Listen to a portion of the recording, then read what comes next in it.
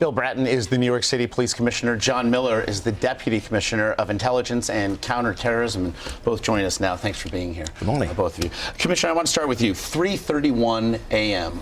Tuesday morning, word comes of the attacks in Brussels. What was the response here? Very quickly, the calls began among the leadership of the NYPD and the FBI Joint Terrorism Task Force to coordinate both the response as well as the idea of what was exactly happening over there. So by 5 o'clock, that Commissioner Miller and Chief of Department had begun assigning resources out to our subways. The state had begun to assign additional resources to the airports, Port Authority. And the public, when they began arriving during rush hour, saw a very significant police presence at the transportation hubs throughout the city of New York. John, we would later learn that this attack in Brussels was the work of ISIS. A lot of people wondering one day later, what sort of threat does ISIS pose here in the United States? Three kinds. One, there's the inspired threat.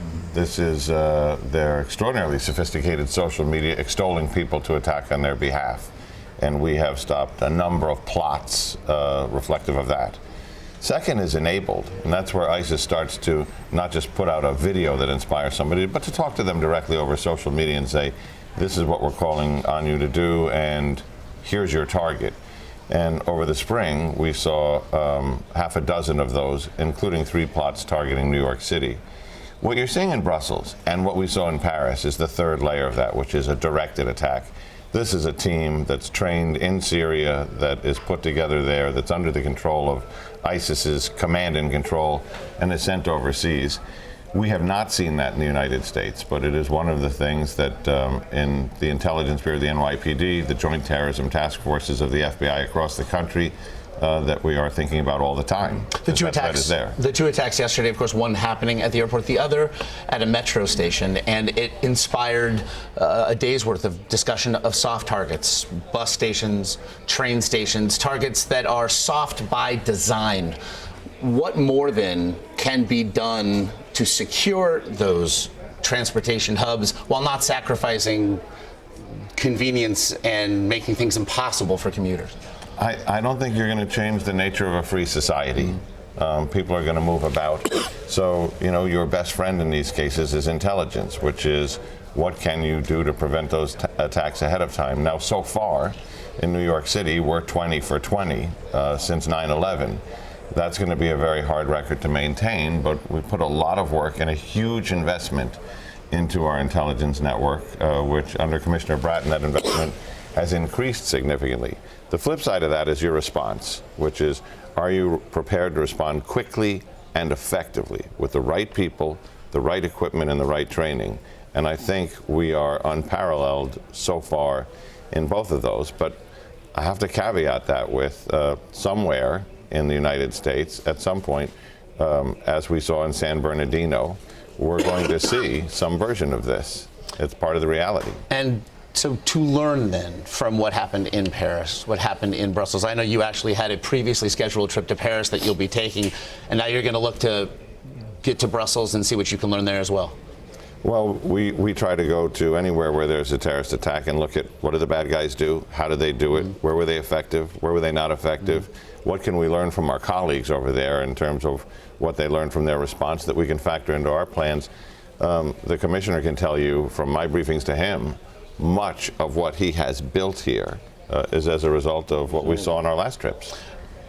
To John's point, Commissioner, do you believe, as a lot of people said that we spoke to yesterday in Brussels, that they had always felt that it was a question of when, not if, in Brussels? Do you feel similarly? Well, certainly. The reality of life today is just that the reality is these events have occurred and will continue to occur.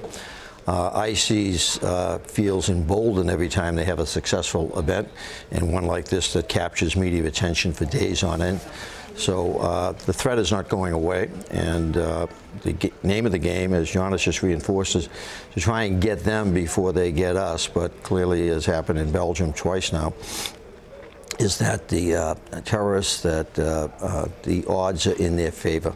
There were so few of them, and there were so many potential targets. What can be done to swing those odds out of their favor? Well, in New York, and I'll speak to New York, an area we're certainly most familiar with, and in our country, the United States, resources, the idea we put a huge amount of resources into this for a municipal police agency.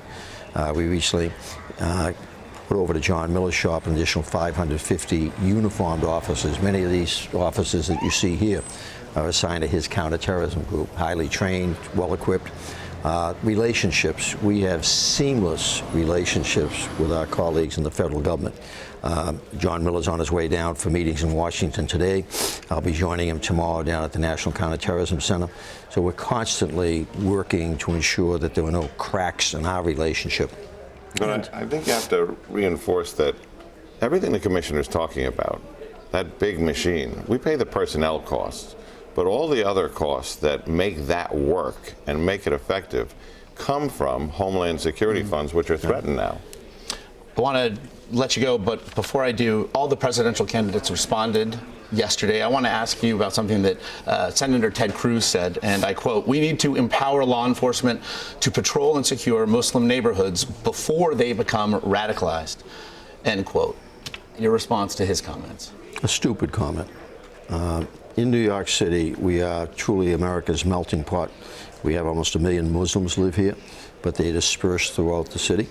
And we patrol the whole city, as most police departments do.